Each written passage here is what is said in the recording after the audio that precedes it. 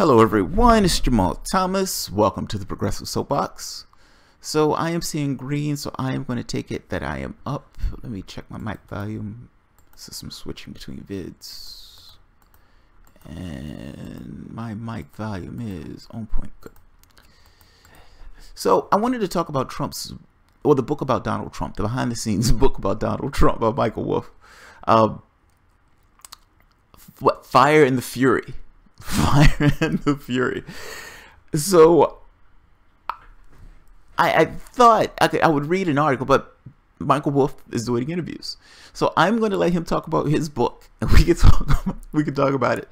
This book has had some amazing tweets and some amazing stuff, and now they've taken this argument that Trump is somewhat insane and that his mental health is questionable. So all of that is from this book, because one person after the next has questioned his mental stability, let's call it that way. Donald Trump has answered the question of his mental stability in a tweet that raises questions about his mental stability. So let's take a look at this. This is the Today Show. Not necessarily hard-hitting journalism, but let's see what takes place. Exclusively, Michael, good morning. Thank you for having me. The book is published as of 9 o'clock this morning. The president's lawyers sent a cease and desist letter threatening legal action against you and the publisher, to which you say? And they sent that yesterday before they actually had read the book. But actually what I say is where do I send the box of chocolates? You think he's helping you sell books? Absolutely. I mean, and not only is he helping me sell books, but he's helping me prove the point of the book. I mean, this is extraordinary that a president of the United States would try to stop the publication of a book. This doesn't happen, has not happened from other presidents, would not even happen from a CEO of a mid-sized company. Well, the president, obviously, as you know, tweeted about you last night. He says, I authorized zero access to the White House, actually turned you down many times, said he never spoke to you for the book. It's full of lies, misrepresentations, and sources that don't exist. So as good a place to start as any. Did you talk to the president? What was I doing there if he didn't want me to be there? Well, let me ask you, did you talk to the president? Did you interview him for this book? I absolutely spoke to the president. Whether he realized it was an interview or not, I don't know, but it certainly was not off the record. And you spoke to him? That is a massive lie by Donald Trump. Like, that is a massive, massive lie. Like, it's one thing to say, okay, I didn't authorize access. But it's a different thing to say I never spoke to the guy when people could see the guy with you. Like, it's like, did you speak to Donald Trump? Yes, I'm perfectly aware of Donald Trump, and I'm perfectly aware of who Donald Trump is. And so, yes, I am perfectly aware of when I am speaking to said Donald Trump. Now, for Donald Trump to say that this meeting didn't take place, if he shows or can show any evidence, meaning if anybody else was in that room, if anybody else saw him talking to Donald Trump, then that completely blows the thing of what Trump is saying out the water. Trump has lied before many of times. I've said he eats lies as easy as breathing. But this is a massive lie. This is a massive lie. Let's keep going. At the White House after he was sworn in. I spoke to him after the inauguration, yes. And I had spoken to, I've spent about 3 hours with the president over the course of the campaign in the White House. So my window into Donald Trump is pretty significant. But even more to the point, and this was really sort of the point of the book, I spoke to people who spoke to the president on a daily, sometimes minute-by-minute basis. So this book was really, in a sense, there was one question on my mind when I began this book. What is it like to work with Donald Trump? How can you work with Donald Trump? And what is the, how do you feel having worked with Donald Trump? And I want to get to the substance, what you've written in the book in a moment, but just to clear this up, because the president is saying it's full of lies, that you didn't have the access you said you had. You know, I think one of the things we have to count on is that Donald Trump will attack, he will send lawyers letters. This is a 35-year history of how he approaches everything. Do you have recordings of some of these interviews and some of these conversations? Well, I work like every journalist works, so I have recordings, I have notes.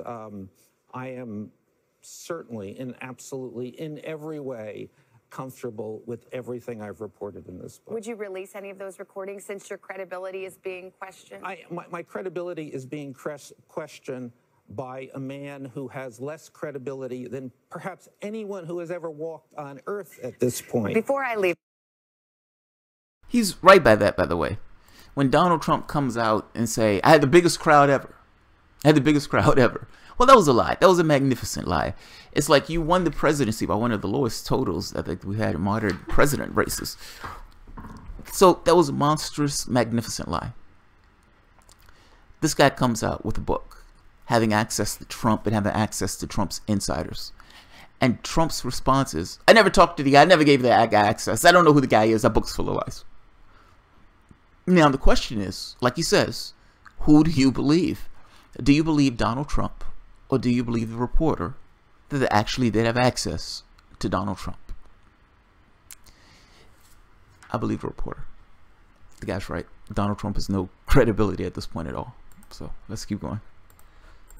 But I will say the president, the tweet alludes to, quote, your past. It says, I assume referring to a profile about you in 2004 in the New Republic. The reporter said of you, the scenes in your writing aren't recreated so much as created, springing from Wolff's imagination rather than actual knowledge of events. I've written many books. I've written millions upon millions of words. I don't think there has ever been one correction. So you stand by everything in the book, nothing made up? Absolutely everything in the book. Let's talk about the book itself, because one of the overarching themes is that, according to your reporting, everyone around the president, senior advisors, family members, every single one of them questions his intelligence and fitness for office.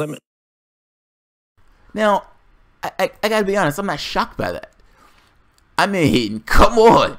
Like, you may be a Trump supporter, but some of the stuff that Trump says is comic book and cartoonish. Like, it's I've never heard anything that he said with any level of depth. Let's put it that way. Everything is just this kind of bravado. Everything is a sales, it's a salesman thing. He comes across like a salesman. I used to work with this guy working on an application, and building the application, it was just the two of us. And he would interact with people. He even looks like Trump, literally looks like Donald Trump. And he would bullshit people left and right. And you could see the fellas like, oh my God, this guy is such a bullshitter. It's amazing how he pulls this off. That's Donald Trump. It's the same thing. It's this businessman bullshitter thing. Nothing that he's ever come up with has any depth or substance or anything else. Ultimately, he deals with the crowd and he goes from that standpoint. At this point, he has bases of people and factions that are pushing him and pulling him in that office to do certain things. There is no depth associated with this. I would imagine the people who are around him can see that and know that. And for the most part, yeah, if you probably talk to him, they will probably put a knife in him now and then, particularly if he's doing something that's pissing them off. So it doesn't shock me in the least. And it lines up with the experience that we have when we're looking at Donald Trump and some of the things that he say. I mean, come on, some of these, listen to his speeches. Listen to his speeches. I mean, when you read the letters of the speeches, you're like, did a 4-year-old write this? It looks like a 4-year-old. Let's keep going. Let me put a marker in the sand here. 100% of the people around him. Jared Kushner, his son-in-law, Ivanka Trump, question his fitness for office? Every time and I want to be careful about who I spoke to, because the nature of this kind of book is you kind of grant everyone a veil. But having said that, certainly Jared and Ivanka, in their current situation, which is in a deep legal quagmire, are putting everything on the president. Not us, it's him. What are some of the ways the president was described to you by those closest to him? I will tell you the one description that everyone gave, everyone has in common. They all say he is like a child. And what they mean by that is he has a need for immediate gratification. It's all about him. I mean, this letter for this cease and desist letter, I mean, I still have sources in the White House, and I know everybody was going, We should not be doing this. This is not smart. And he just insists. He just has to be satisfied in the moment. You said. And again, that lines up with our experience. I mean, put it this way, what he's telling me is not shocking to me. That's one of those things where you can see he acts like a child. Like, he doesn't necessarily have the temperament of a president. And I think what people mean by that is he's not calm, he's not reserved, he's not able to deal with... What would Trump have done if he had to deal with the barrage of criticism in the way that Obama had to deal with the barrage of criticism from Republicans? Any and everything that he did, he was criticized for. They went after him for it. And a lot of that stuff was just bogus and ridiculous. And Obama, for the most part, stayed presidential, which means he kind of was above it all, or at least tried to be above it all. Donald Trump doesn't try to be above anything. I mean, ultimately, you say something to Trump, he's going to say something back immediately. It doesn't necessarily matter the political consequences of the things that he says. Not to mention his responses and behavior on Twitter is atrocious. It's atrocious. He's like name calling as a president. It's fucking insane. It's calling, what's his name, Rocket Man. Kim Jong-il Rocket Man. We've been firing drone strikes and all sorts of shit, but that guy's a Rocket Man. Okay. Again, I can believe it. I can believe it. The author has said nothing so far that's like, wow, I would have never thought that of Donald Trump. There was one scene in one of the magazines, I can't think of it in the magazine, I need to find it, where they talk about on election night where they find out and his wife weeps. She cries. Not tears of joy. There weren't tears of joy. There were tears of sorrow. Oh my God, we won. Oh my God, that man is going to be president of the United States. His wife wept. That should have told you where she was in this particular thing when they were asking her for commentary. Let's keep going. Said that these senior people insult his intelligence. What are the kinds of things people would say? They say he's a moron, an idiot. Actually, there's a competition to sort of get to the bottom line here of who this man is. Let's remember, this man does not read, does not listen. So he's like a it's like a pinball, just shooting off the sides. One of the more disturbing observations you make in the book is that the president's close advisors, people around him, have noticed him repeating stories, expression for expression, you say, within a short period of time. In a shortening period. So they've all tracked this, that it used to be, I know people would point out that in the beginning, it was like every 25 or 30 minutes, you would get the same 3 stories repeated. Now it's the same 3 stories in every 10 minutes. And what's the suggestion there? Because that goes beyond saying, okay, the president's not an intellectual. I mean, what are you arguing there? You say, for example, that he was at Mar-a-Lago and didn't recognize lifelong friends. I will quote Steve Bannon, he's lost it. Let's talk about... Oh, wow, wow, okay. I did not know that. Now, the question is that just a hit job or is that true? Oh, that's a knife. I mean, he's trying to say that Donald Trump is going senile and that ultimately it's getting worse, meaning it's getting more pervasive. So beforehand, you talk to, Donald Trump tells some dirty story about how he grabbed a woman by her vagina. He comes back and 15 minutes later telling you how he grabbed a woman by his vagina, word for word, with the exact same expression, with the exact same enthusiasm, as if he didn't necessarily remember the last time, 15, 20 minutes ago, where he said the exact same thing. And he does it again. He's making a point that it started off, and it would be, let's say, maybe an hour difference between it, and then it got, the time frame became narrow and narrowed and narrowed. He's trying to say he's losing it. That he's going to see now. He's having dementia. Now, I've seen articles talking about this part where they're like, Donald Trump is losing it. Donald Trump is insane. Donald Trump is going crazy. Donald Trump's mental fitness needs to be questioned. Like going after him on the mental fitness thing. I got to be honest. That needs to be more corroborated. That one needs to be more corroborated. Like, You're saying that the president of the United States is losing his mind, and you're using all of the behaviors that the president has gone through to back that up. You need a little bit more than just writing in a book to back that one up. I need more information on that one. That's fucking hilarious. If you were looking to stick a knife in somebody, oh man, saying that they're going nuts is a way to do it. That's definitely a way to do it. Shit, man. Let's keep going. That's terrifying. If he's lying, if this is just a political motivated knife, the other stuff I can believe because the other stuff I can see with my own eyes. And I've thought Donald Trump was insane, but Donald Trump has only functioned as a regular Republican. And I think regular Republicans are somewhat insane. At the very least, massively unempathetic and only looking out for themselves. He hasn't done anything different than a regular Republican would do. He's just been more boisterous. So let's bake that into the cake. So I don't have the capacity to see the functional insanity that he's talking about because I don't interact with Donald Trump on a daily basis, and I don't see him on a daily basis. Actually, I do see him on a daily basis. But it's not somebody I interact with. The only people who can cooperate that will be the people who are around him. Meaning you need to verify somebody. You need to put a finger on somebody and push that guy out and says, give us evidence, give us testimony that this is something that has happened within the Trump administration. Otherwise, it's the writer just telling us that took place. He at the very least has show his notes or has some kind of taped testimony, something. This is just a massive charge that I don't believe it or disbelieve it, I guess. It's one of those things, though, that requires evidence before you can put this on anybody. You're trying to say that the person is going functionally insane. And if that person is functionally insane, and that's the argument that you're going to make, the Democrats are going to make the exact same argument of mental fitness. Trump has come across as a maniac. So that's not necessarily going to help his case.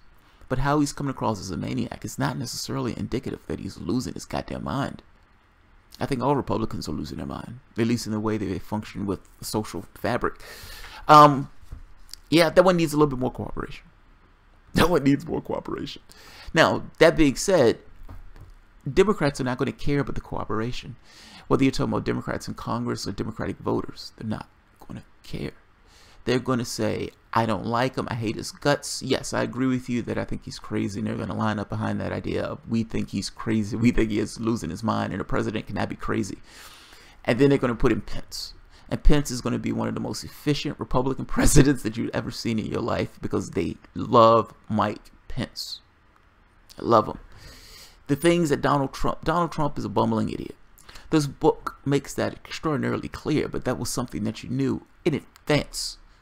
It's like the book may have put up cooperation and may say, hey, the people in this circle also think of him in the exact same way that you as the audience does. The book only just gives cooperation. But up to this point, outside of him being mentally unfit or mentally ill, and again, I don't necessarily know how you test that, and yes, that will probably need to be investigated, or that would be investigated. Right now, the only thing we have is the author's word. Democrats are going to jump on this bandwagon, but all we have is the author's word. That's all I'm saying. Meaning, you can't necessarily take that purely as a thing unto itself, as if it's the word of God. I don't know the author's background, so I don't know if he likes or dislikes Trump, and it's kind of besides the point.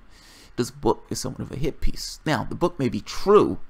Whether or not it's a hit piece has nothing to do with it. The book may actually be true, meaning the elements in the book are true, but the elements look bad. They look extraordinarily bad. Let's keep going.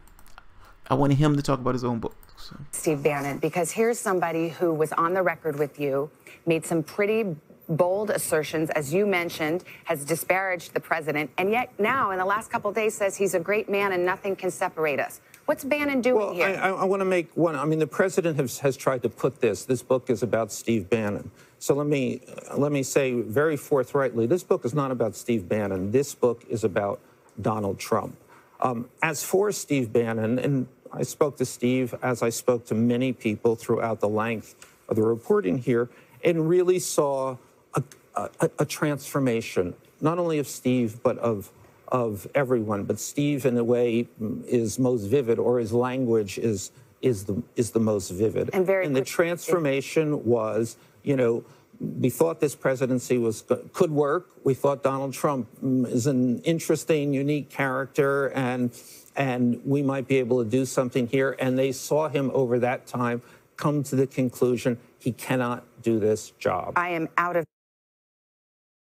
Wow. Wow.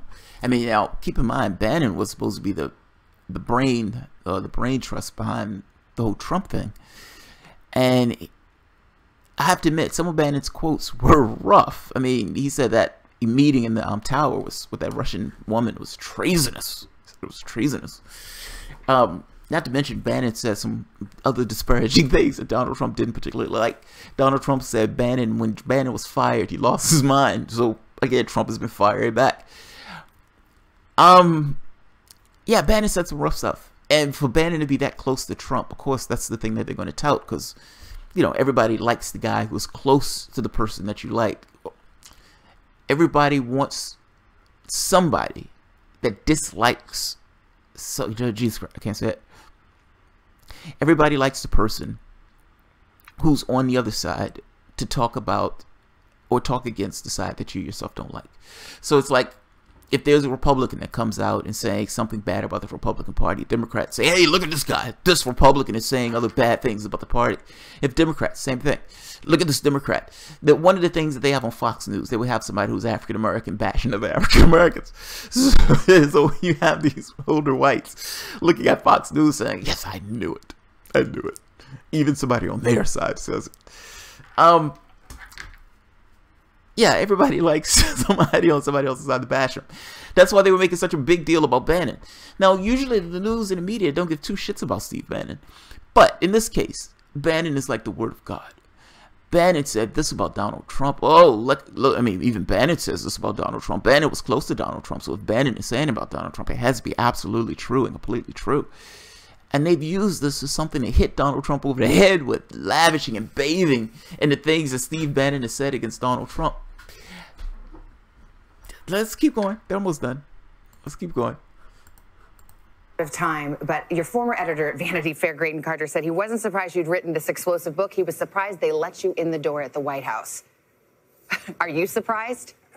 No, I'm a nice guy. I go in. Did you flatter your way in? I certainly. By the way, I would argue this goes to a certain degree of incompetence on the Trump part. Also, why on earth did you let this guy do a book? And not just do a book, didn't necessarily know the tenor of the book itself. Like, it's one thing if he wrote this book and the only people he talked to were, like, let's say Bannon or other people who were near the team. But it's different when you get the opportunity to talk to the president himself, not to mention his entourage.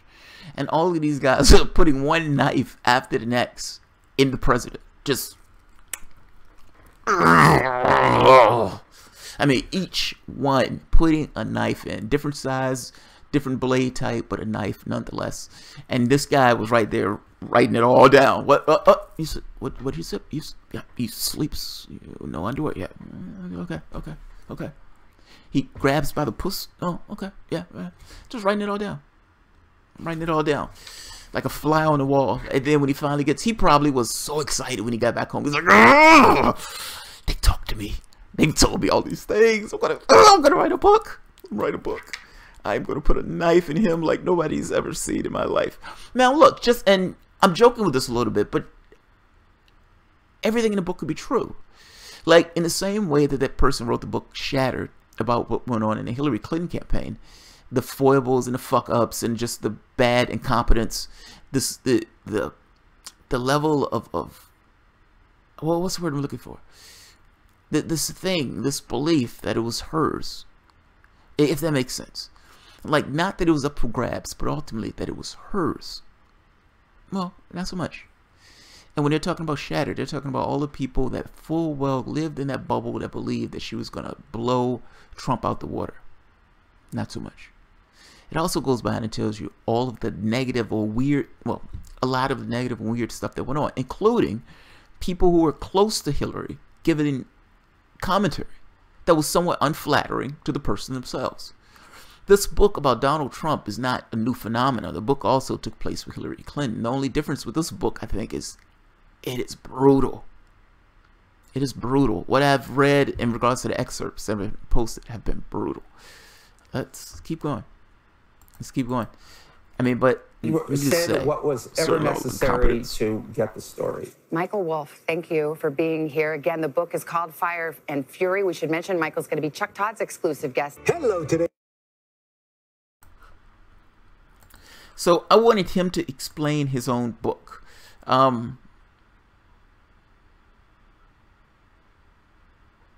Yeah, I wanted him to explain his own book because I thought it's absolutely all of those things. I mean, in terms of, I wanted him to explain it. I mean, ultimately, that book is brutal. The part, like I said, the parts I've read have been brutal. The parts that have made it to the news, and yeah, the people around Donald Trump, for the most part, said somewhat unflattering things about Donald Trump. But the things that they've said about Donald Trump is not. Let's be honest, it's not shocking. Like, it's not a situation where people are like, holy shit, I would have never thought that about Donald Trump at all. If anything, it's, yeah, I kind of suspected that. I kind of suspected that. Kind of suspected he wasn't the brightest tool in the woodshed. Yeah. Yeah, it's brutal. There's nothing much to say. Let's look at Donald Trump's response to this, because Donald Trump's response is essentially the way Donald Trump behaves. Now, his let's see, I'm freezing. Come on,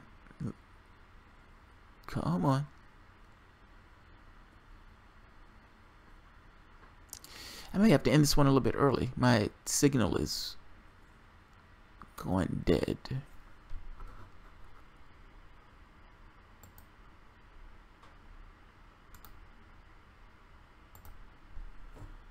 One second, guys. Let's see if I can fix this.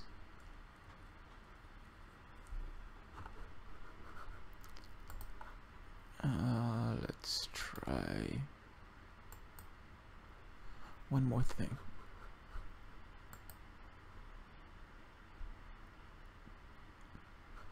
All right, seems like I am back up. Let's take a look at Donald Trump's reply. What do you think Donald Trump's reply is going to be to somebody questioning his sanity, his intelligence, with all these people saying bad things about him, with Bannon saying bad things about him? It looks like everybody has a particular point of view of Donald Trump as a child, president of the United States, as a baby. So, of course, Donald Trump responds as he typically responds. Trump mounts extraordinary defense of his mental stability. The president boasts of being very stable genius and calls Michael Wolff a fraud, but author says his explosive book will finally end his presidency. In an extraordinary public defense of his own mental stability, Donald Trump issued a volley of tweets that seemed to guarantee to add fuel to the raging political fire. I love that. I love that. If you're going to call me insane, I'm going to show you, buddy, that I'm not insane by sending tweets. Send some fucking tweets. I'll learn you about my sanity. Let's keep going. Suggestions in the new tell-all book that he's mentally unfit to be president were out of the old Ronald Reagan playbook, Trump wrote on Saturday. Actually, the president added, throughout my life, my two greatest assets have been mental stability and being, like, really smart. He also said, would qualify as not smart, but genius, and very stable genius at that. At that. I'm going to question my goddamn intelligence. I will have you to understand that I am a very smart person. Not just smart. I'm a genius. Donald Trump. Fucking genius. My mental stability is legendary. Alright, saying that in tweets. I get it. The book Fire and Fury Inside the Trump White House by Michael Wolff burst into the public consciousness on Wednesday when The Guardian reported excerpts nearly a week ahead of publication. Trump threatened to sue but ceded, only in prompting the publisher Henry Holt to bring the book forward. Wolff presents a picture of a doomed administration lurching from crisis to crisis, steered by a childlike figure who responds to overstimulation with intense, reflexive outbursts. Now, let's be honest. Is that indicative of the president that we've been watching for the past year? The answer is yes. I mean, you've had one lawsuit after the next for one thing after the next that Trump has done. You had one person after the next being taken out of office. You have a prosecution that's going on. And whether you believe the prosecution is earnest or not, the prosecution is going on. And it has taken two heads. So, yeah. I mean, that is indicative of this presidency to me. So let's keep going. The president may not be able to restrain himself from commenting, but I can restrain myself from commenting on his comments, Wolff told The Guardian on Saturday.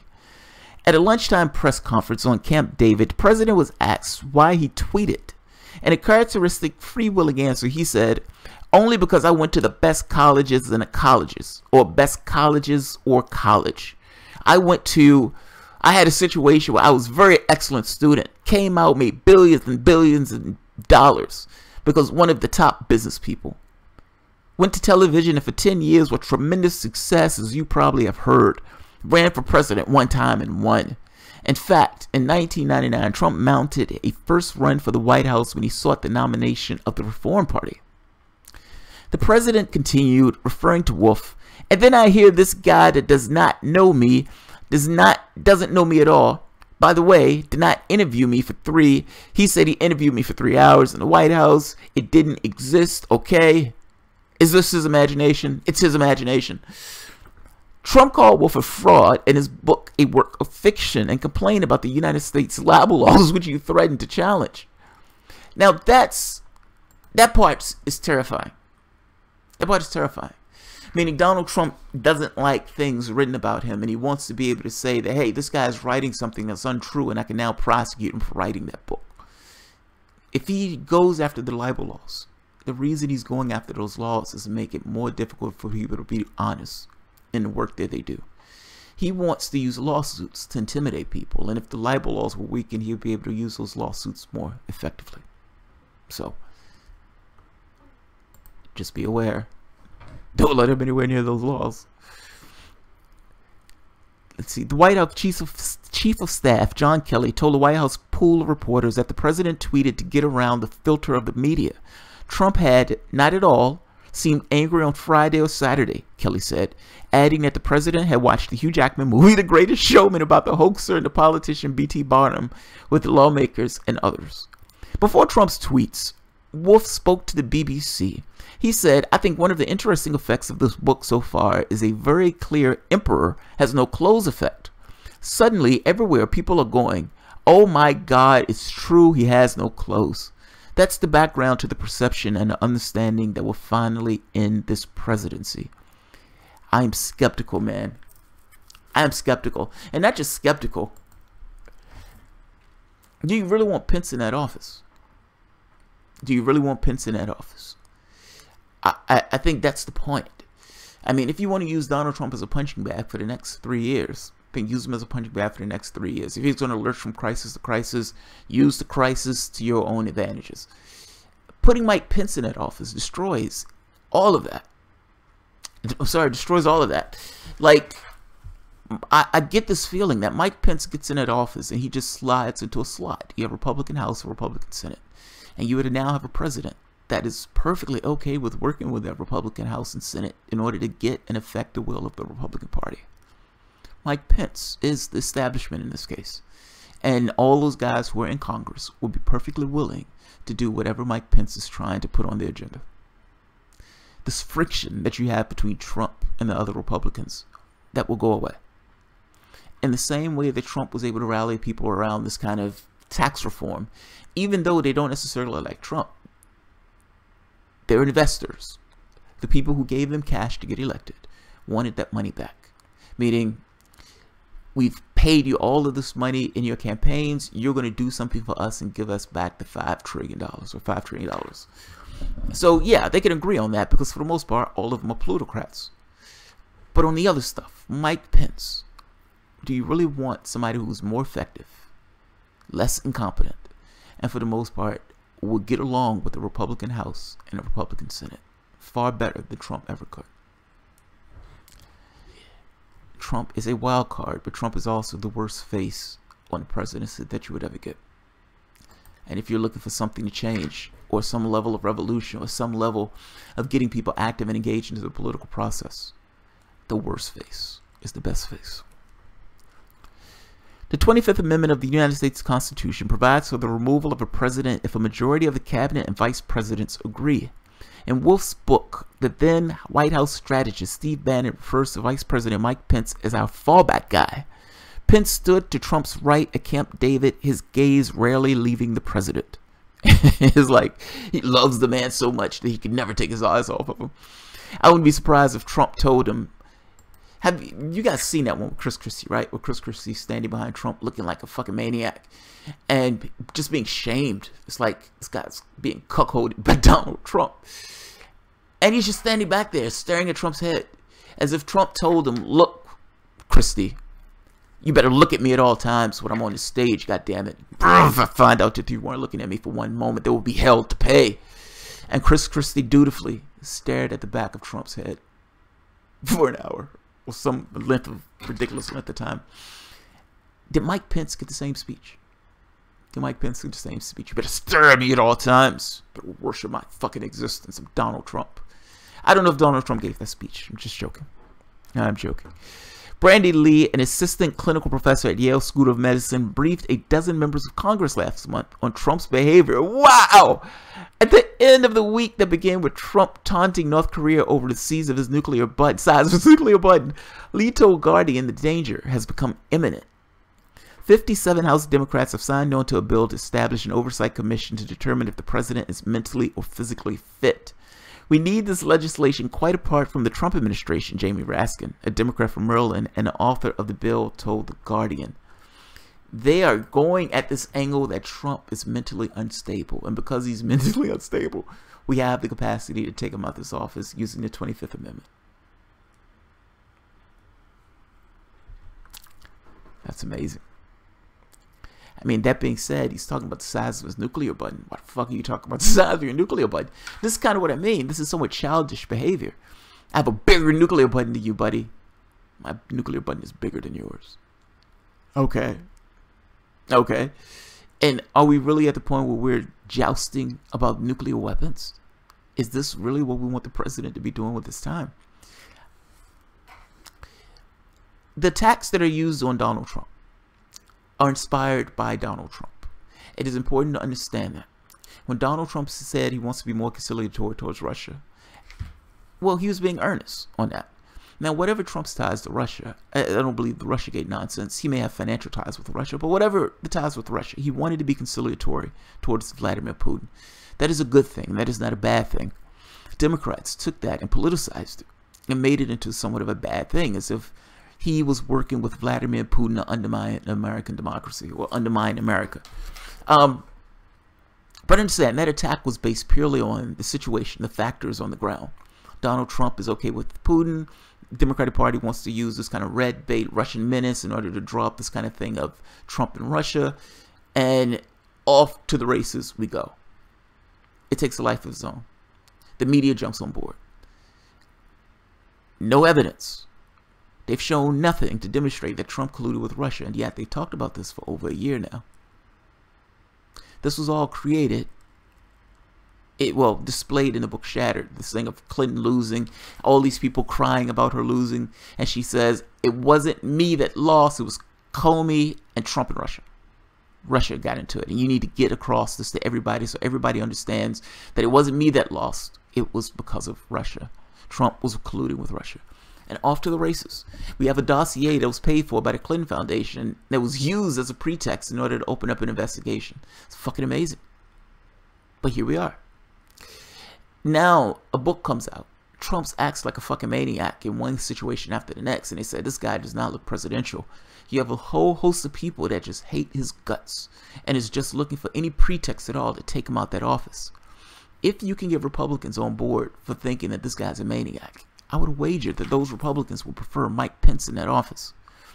If it gets to a situation where you have a host of Democrats who have signed on to this. Thing is, I mean, I'm skeptical that this is going to go anywhere. They're trying to say that the guy is insane. Unless you're going to have other people coming out giving it a little bit more information, this is going nowhere. This is going nowhere. So we'll see. I mean, if you have people coming out saying, yes, Donald Trump did this. He came to me multiple times and he seems a little bit off.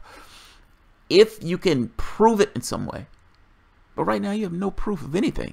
You have the author who wrote something in a book based on something that somebody told him. Nobody's come forward saying that this is what took place. I am the one who Donald Trump was repeating messages to. You have none of that. They found another political attack attacking his mental sanity. Yeah, I don't see any legs to this. I don't like Donald Trump. I think Donald Trump is for the most part acts like a child. Does that mean he's mentally insane? No. Does it mean he's mentally unstable to serve for the presidency? Probably yes. But will you be able to find pretexts or just cause to get him out that office? No. No. People knew he wasn't that bright when they voted him in that office. Do you believe that they thought Trump was a Rhodes Scholar? Do you believe that they thought Trump wasn't lying to them? They understood all those things were true. They voted for him anyway. They voted for him anyway. Taking him out that office will be problematic, let's say, to say the least. Problematic, to say the least. And by the way, Michael Wolff, I don't think he would come out with a story just willy-nilly. So Trump coming across saying that the guy is lying is non-starter to me. The stuff that he's talking about his intelligence, him acting like a child and everything else, that doesn't shock me in the least. I mean, you can look at the television. You can see some of the things that he said or he's been saying in general, just over the course of this year, even before he became president. The language is like that of a third grader.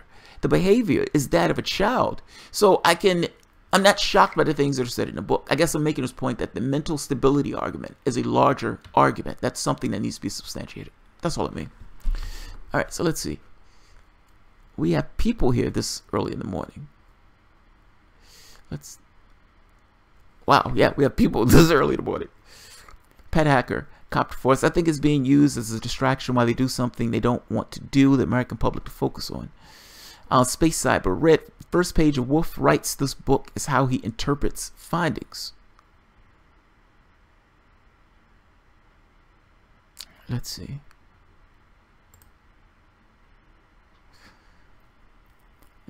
Damn, more Michael Myers flashback. All the President Trump does is intentional. Q is right. These people are stupid. They think they're eliminating the president will stop this movement as we the people. They will bite them as usual. Yeah, taking Trump out of that office. He calls, man. I look at this stuff as you had George Bush invade a country and kill 1 million people. You let him off. He wasn't impeached. He's not in prison. He's out there fingerprinting right now. He had no just cause to invade Iraq. He had no real connection between those two things. He decided to go into the country anyway, and he lied in order to do it. Not to mention ending up torturing people pursuant to that, trying to create a link between 9/11 and Saddam Hussein. George Bush is out there fingerprinting right now. If you're not going to impeach George Bush after doing something like that, how on earth are you going to impeach Donald Trump for something that he didn't do? Even if you say he's mentally unstable, he's done nothing to end up with this idea of impeachment. I don't know what you're using for the pretext for this. Somebody's screaming that he's insane. First, somebody screamed that Trump and Russia colluded. The government used a dossier that was paid for by the Clinton Foundation. It was essentially paid for by his opponent as a pretext to look into Trump and to snoop into his campaign, and to some degree create this thing of Trump and Russia and create an investigation into those things, meaning Comey. After Comey was fired, it became Mueller, and Mueller has more of an aggressive tint in the way he's looking at these things. But my point is that started off without any evidence at all. They pulled that shit out of whole cloth. And now they have this other thing where they've jumped on this bandwagon of Trump is insane. Trump has issues with his intelligence. They're just screaming it. They're just screaming it. You'd have to show that. And right now, he's done nothing to warrant being taken out that office. Nothing at all. I mean, the Trump and Russia thing, again, was made out of whole cloth. And now they're screaming about something's going on with his mental state. If they can demonstrate it, that's one thing. But I suspect this is like Trump and Russia. These are the same people who told me that there was a link between Trump and Russia that they'd never been able to materialize. And now they're saying he's mentally ill. And Democrats, of course, are jumping on the bandwagon because they want to do anything that they can to take him out that office. As if Mike Pence is somehow going to be better. And I think that's an insane belief. I think Mike Pence will be monstrously worse.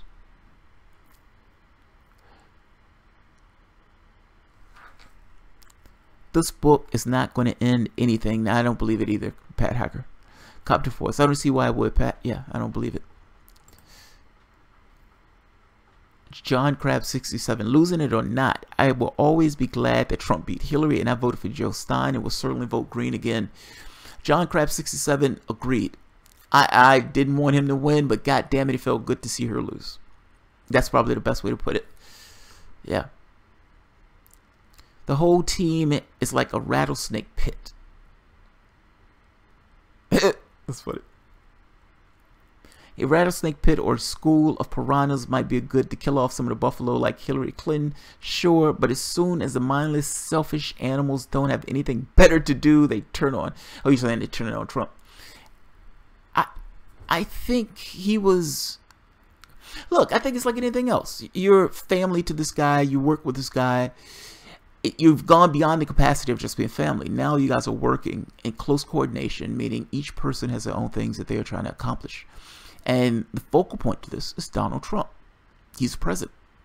So all of these guys are talking to him. All of them are interacting with him. There are things that I would imagine that each of them want, and there are things that they're probably not getting. And just from our perspective, looking at Donald Trump, when you break down his speeches and the things that he says, it sounds childish. It sounds like a child wrote it. It's comically shallow. Like there's no depth to it at all. There's no fluidity of thought. When he was just running off the cuff, this was just, you know, the bullshitting. Ultimately, it's just a bullshitter. So, no, I'm not shocked by it.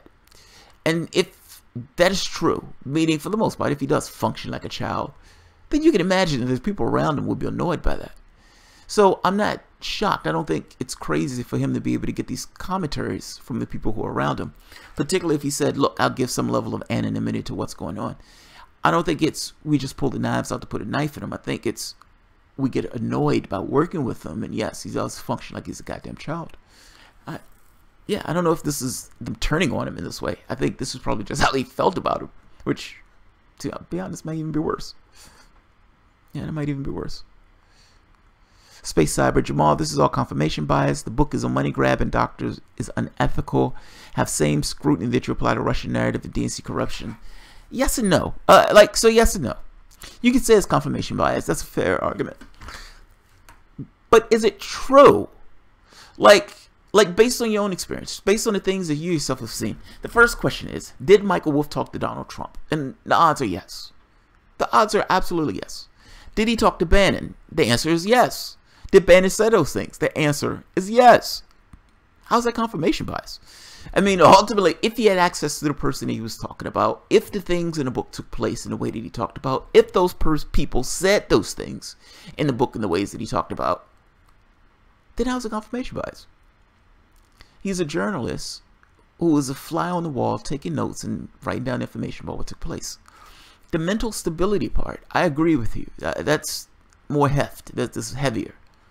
But the other stuff, are you really shocked by the stuff that they're saying based upon the person who you've watched through the campaign and through the presidency up to this point? Come on, I'm not shocked at all. Chino Choi, good evening. What's happening, man? It's morning here. What's happening?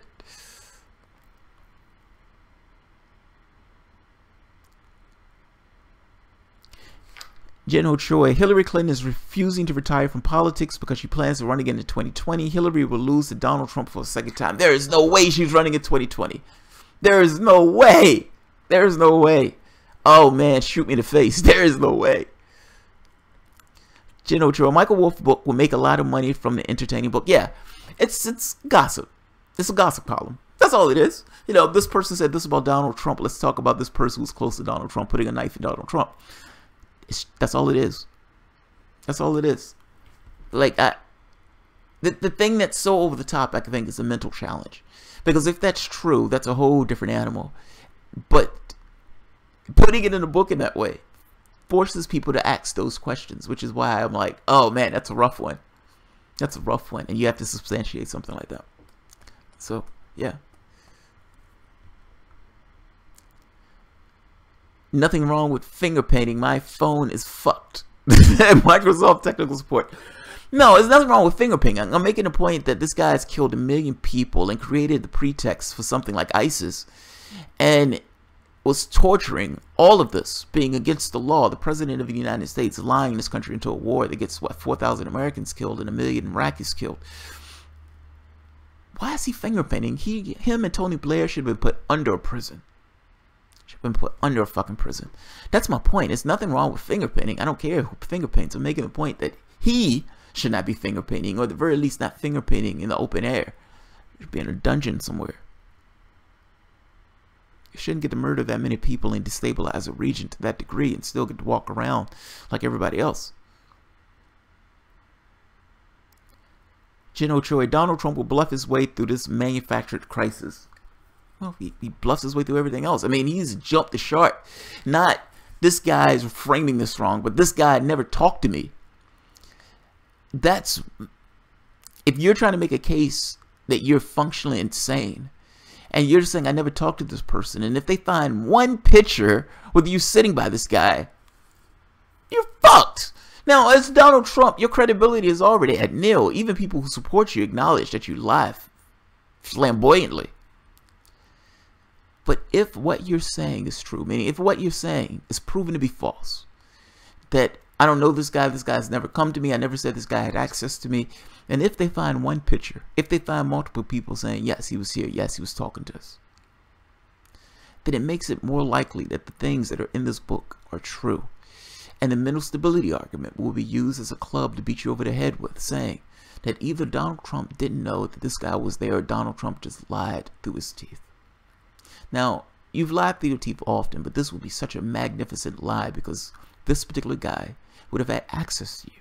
And if you can show that he had access to you, either you own up to that lie, or they're going to start questioning your mental illness for real.